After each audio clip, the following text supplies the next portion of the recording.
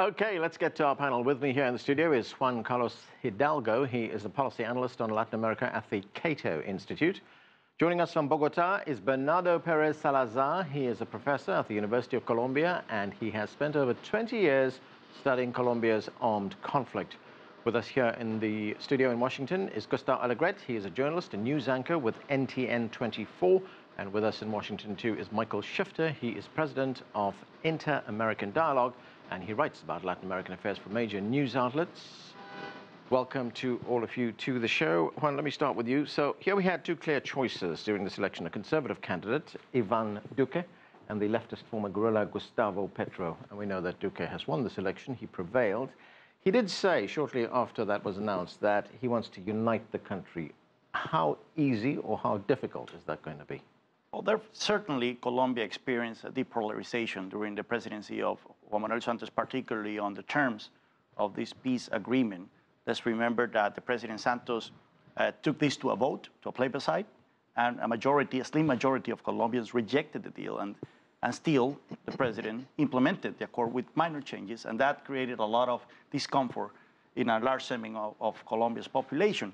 However, if you look at the tone of this runoff election between two polarizing figures, a right-wing candidate and a populist left-wing candidate, we see that despite some heated rhetoric here and there, it was a pretty decent debate, the one that we experienced in Colombia. Even both candidates never engaged on personal attacks, like we've seen, for example, here in the United States. So I think that Colombia's democracy came out stronger out of this process. And personally, I think that they dodged a bullet by electing Ivan Duque. I think that Petro represented a slight threat to Colombia's democratic institutions.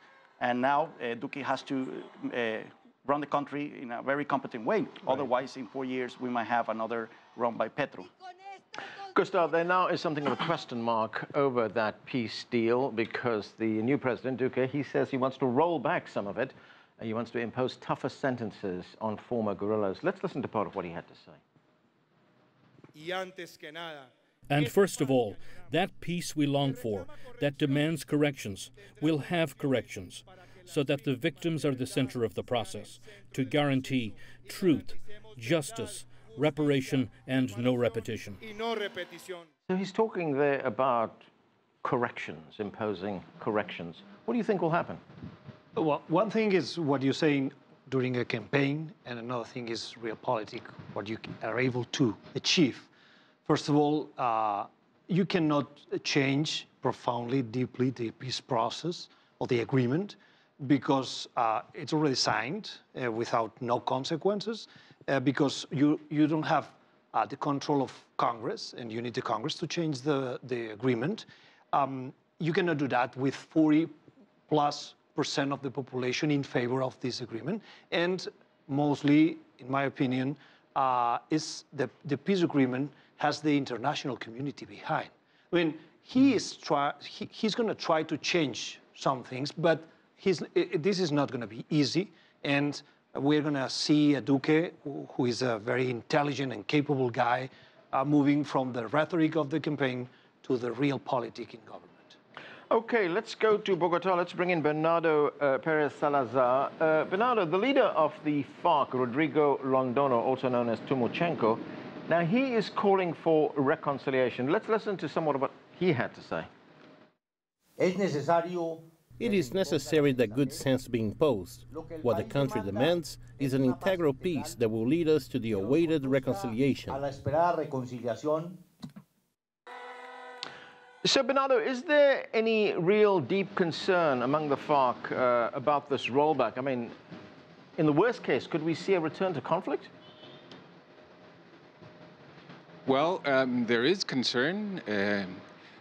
Rodrigo Londoño was with his men before the election, and when he came back to Bogota, he said that he felt they were quite worried.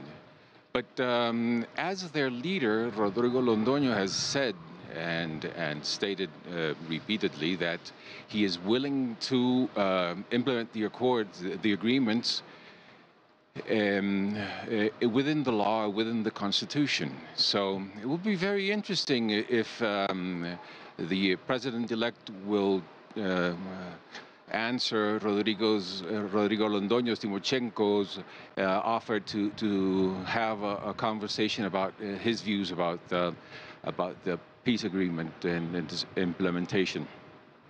Michael, what is your view on the status of the peace agreement? The left-wing candidate, Gustau Petro, he has said, he's told millions of his supporters that peace is essential, but can the new president, Duque, now work with the FARC to maintain that peace? I think it's going to test his political skills, Duque. He obviously doesn't have a lot of experience, 4 years in the Senate, and he has a lot of pressure from the party of Álvaro Uribe, Centro Democrático. He's got to do something. It's true that governing is different, and maybe the rhetoric is more than government, but at least he has to show that he's not just continuing the policies of Santos, who's the current president, who is very unpopular among this group, and this group has to deliver something. At the same time, if he goes all the way and really radically rolls back the peace agreement, he really risks fueling the polarization that already exists, further fracturing and dividing the country. And then his whole agenda and his whole presidency will be in trouble, because he needs a consensus in order to pursue some of the ideas that he has, which he really cares about.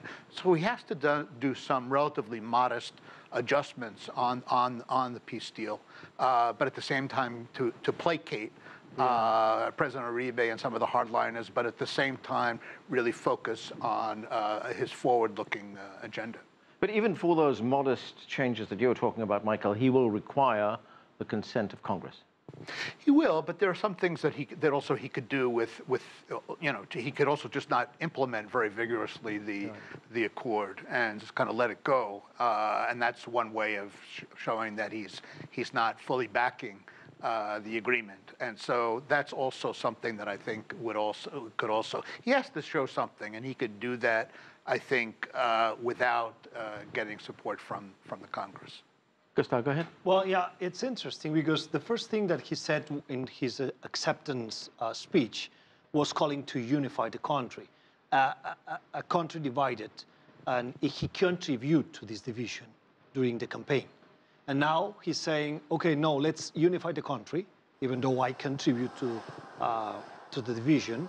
And how is he contribute to the unified process? Opening the Pandora box of the peace agreement? I mean, this is a kind of contradiction. I think he's not going to start this process early in his presidency. And I know Ivan Duque because he works here in Washington at the Inter-American Development Bank, and I had not too much conversation with him, but some of them. And he's very smart and political person. So I think he's going to wait a little bit, trying to start the process of unifying the country, talking to the FARC, and see what happened. I respectfully disagree with my friend Gustau. Outside Colombia, many people in the media, in the international media, have portrayed the opposition to the peace accord as the work of radicals, extremists in Colombia, led by President Álvaro Uribe, but that's not the case. There are legitimate concerns about the scale of this agreement that have been voiced by groups that can now be called conservative firebrands, like the Human Rights Watch, for example. The fact that the agreement was rejected in the polls, and the fact that Duque won decisively this election, calling for amendments to the peace agreement, shows that a majority of Colombians share this opinion that there are flaws within the agreement.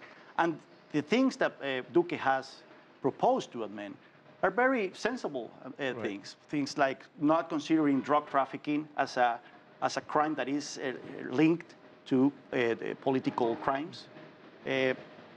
Having people, the leadership of the FARC, pay their price, pay the crime for the crimes they committed before joining Congress or before having political rights, as is contemplated currently in the agreement. Things like this are shared by the majority of Colombians. So I think that he probably can build a majority in Congress for some of these amendments. Some others will see how legal the amendments are, because the Constitutional Court ruled that the agreement is shielded, but for at least 12 years. So it's not clear whether he will be able to get away with all the things he wants. Juan Carlos, look the irony. This peace agreement has produced the most peaceful election process in Colombia in decades. So I do agree with your concerns about this agreement, but the main result is that Ivan Duque can be president today thanks to an agreement that gave a voice to people who in other processes were marginalized, and now they can vote and they can go to the polls without fear of being murdered or killed or retaliate with some FARC guerrilla during that was the normal behavior during any electoral process in Colombia in the last decades. All right. Let me get Bernardo's view on this. Bernardo, of course, yes. Yeah, Duque got the majority of the vote. He won more votes than his opponent. But was that also a mandate? Does he see it as a mandate to implement these changes to the peace agreement? Well, he certainly does, but I don't think that is his mandate. I think that most of his vote was a vote that was motivated by the fear that he stoked about the fact that if Gustavo Petro became president, we would become Venezuela. He was one of the sponsors of the idea of the Castro Chavista ideology, and that if Petro came to power, then we would be Venezuela once again. I think many people voted for that reason. I think that it's not fair to say that the peace agreement is not legitimate. The president had, by legal standing, to sign an agreement. He committed a mistake. He called a plebiscite. But I think that one important idea here is that we're talking about a peace process, not a capitulation. And what Duque and Uribe are saying is that they want a capitulation. They want FARC to surrender. FARC did not surrender. FARC came to an agreement. And part of that agreement was that they would have a political standing and that they would not have to pay jail time, and that they would have a special justice set up for them and for those on the government side and on the private sector who committed crimes against the population, war crimes. Yeah. So I think that there's not such a clear mandate to walk back the agreement, and I think that if he does so, he will face a lot of unrest. And maybe gain support for FARC, which has had to defend its agreement for the last year with very scarce support from the politicians and from the population in general. Michael, as Bernardo says, there are risks here. There could be unrest. There could be increasing support for FARC. FARC is now a political party. It has seats in Congress. In fact, it has guaranteed seats. But is there a danger that a hardline or a hardline policy that the president imposes on them could, in essence, push them out of politics? Well, I think that's precisely the balance that he has to strike. You know, it's true that I don't believe he's a puppet of Álvaro Uribe, but you know, before Álvaro Uribe selected him as the candidate, he had 4% in the polls. Nobody knew him in Colombia. So he owes this success he has in his presidency to Álvaro Uribe. He can't simply ignore that. And Álvaro Uribe may not have much influence on a number of issues, but on this issue of dealing with the FARC and justice issues and so forth, what he really cares about, it's very hard to see that Duque has a lot of ability really to veer too far away from that. It's true that he's very political as a person, like you're political and you're political and you're political, but he's got no structure at all. He's a novice in politics. It's not like his predecessor, Juan Santos, who veered away from what he was considered a traitor to the cause. He can't afford to do that. He doesn't have the political backing and structure and political networks to do that. So he needs on the issues that Uribe cares about, he needs to do something. But I agree with you. He's smart enough to know that if he does too far of a radical rollback on some of these issues, that he risks further instability and violence, which will completely put at risk his commitment to build unity and to overcome the polarization in the country. So he has to do something, but he can't go too far, because I think that would really come back to bite him. Yeah, and one of the broader aims of this peace agreement, if we could look at it that way, was that it was meant to integrate the FARC into Colombian society at large. Does the president risk that? I think that the FARC leadership are too old and tired to go back to the jungle. I don't think there is a risk that we can have that changes to the agreement can ignite the war again. Although we have seen some guerrilla members joining the dissident FARC, as they call it, which are like groups, groups of the FARC that didn't join the peace process, and they're still in the jungle fighting the Colombian government, basically running drug trafficking. That's a big thing about this peace agreement, which I think is the elephant in the room. As long as you have a profitable drug business, you're going to have irregular groups in the jungles in Colombia. Many people claim that Colombia is at peace now, but Colombia is not at peace. You still have many irregular groups. Right. You have the FARC dissidents, you have the ELN, which is the other guerrilla group. You have paramilitaries, and so on. And let's see what President Duque does about these other groups and about the drug trade in general. Coca growing skyrocketed in Colombia. It doubled in the last 3 years. And that's something that has ignited a red light here in Washington. We're watching closely what happens in Colombia, and it's going to be a controversial focus on how Duque deals with the drug trade in general. Gustau, what do you make of that the FARC it's an old, tired group right now, that there's battle fatigue? They don't really pose a threat. They're not going to go back to the bush and fight the government.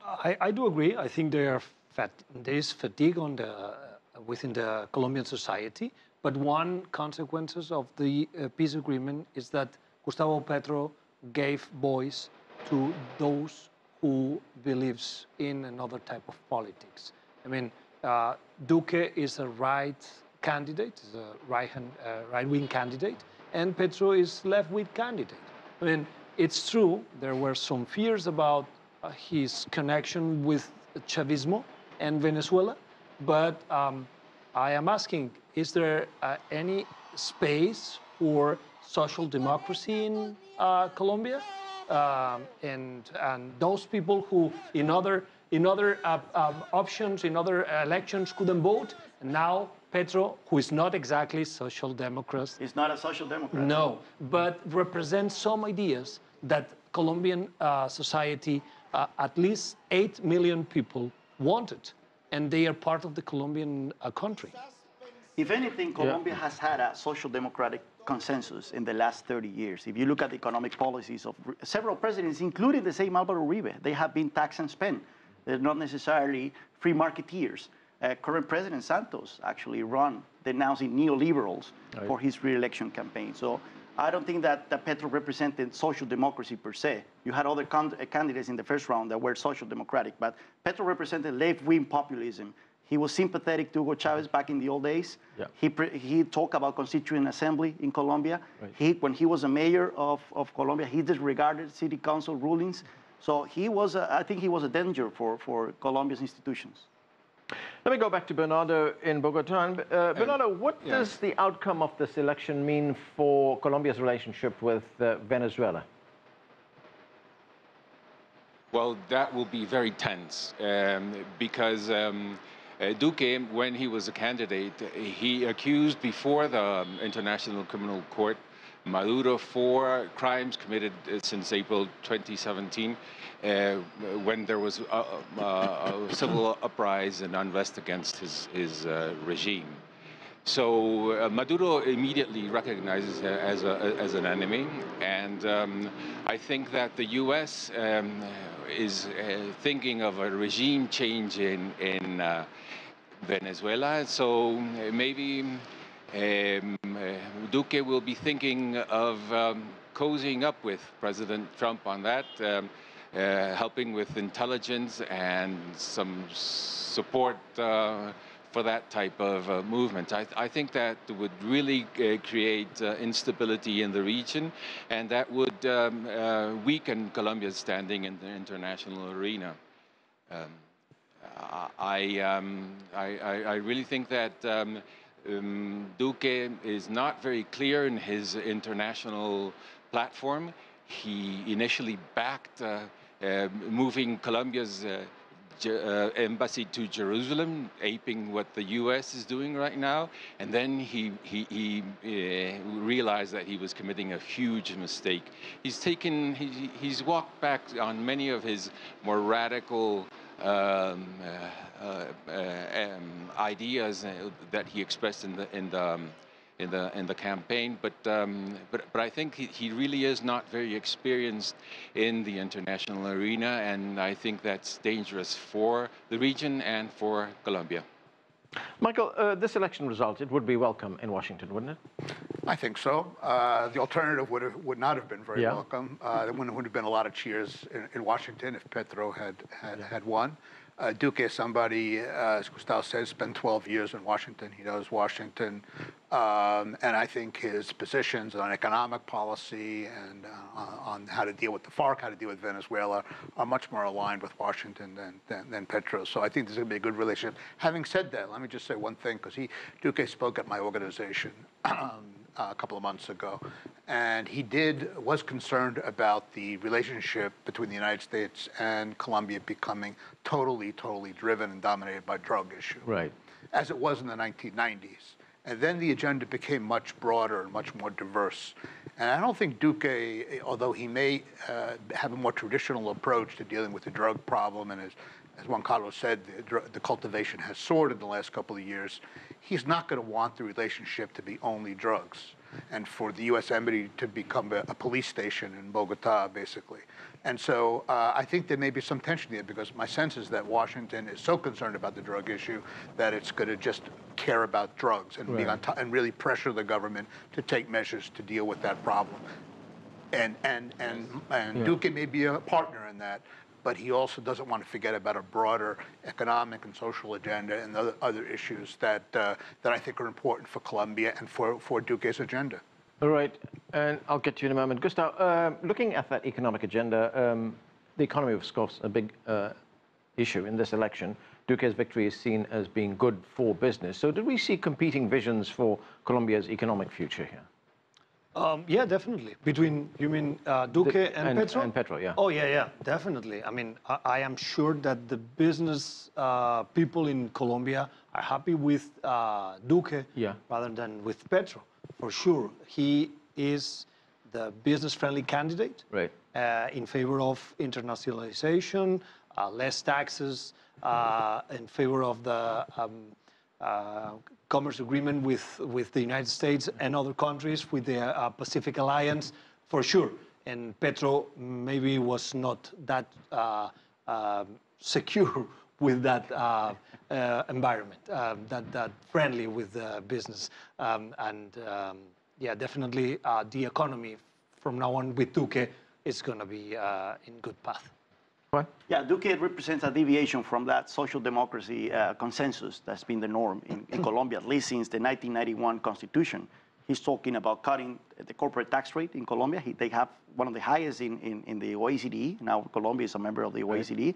It's 33%. He's talking about cutting it to 27%, which is actually the average for Latin American countries. He's talking about deregulation. He's talking about cutting spending, at least 10% of public expenditures. He's talking about incorporating Colombia more into the global economy. About 70% of Colombian exports are raw materials. So he's talking about diversifying the exports of Colombia. So I think he's a pro-business, conservative candidate that is going to represent a slight change to what we've seen, at least when it comes to economic policy in Colombia in the last 30 years. Okay, and we're going to have to leave it there. Thanks to all of you for being with us. That's it for this edition of The Heat. I'm Anand Naidu in Washington, D.C. Thanks for being with us. Thank you very much.